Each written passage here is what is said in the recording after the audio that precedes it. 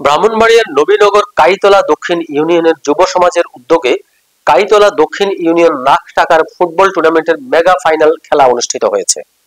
বিস্তারিত থাকছে নবীনগর থেকে রুবেল ভুঁইয়ার প্রতিবেদনে। ব্রাহ্মণবাড়িয়ার নবীনগর উপজেলার কাইতলা পূর্বপাড়া সৈয়দ নজরুল ইসলাম বিপ্লব মাঠে যেন বসেছিল আনন্দ উৎসব মেলা।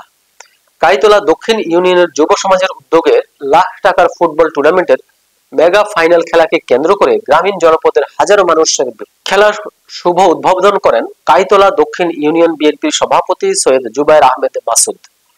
সৈয়দ রকিবুল হক ইকবালের সভাপতিত্বে ফাইনাল খেলায় প্রধান অতিথি হিসেবে উপস্থিত ছিলেন আহাদ ফাউন্ডেশনের চেয়ারম্যান ক্যাপ্টেন সৈয়দ আবু আহাদ।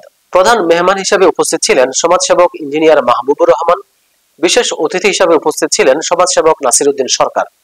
নির্ধারিত সময়ে শ্বাসরুদ্ধকর লড়াইয়ে দুই দলের কোনো গোল না হওয়ায় টাইব্রেকারে ফাইনাল খেলায় সিনেমামাছি ফুটবল একাদশকে হারিয়ে গোয়ালী শেখ স্পোর্টিং ক্লাব চ্যাম্পিয়ন হয়। খেলা শেষে অতিথিরা দুই দলের টিম ম্যানেজার ও অধিনায়কের হাতে পুরস্কার তুলে দেন।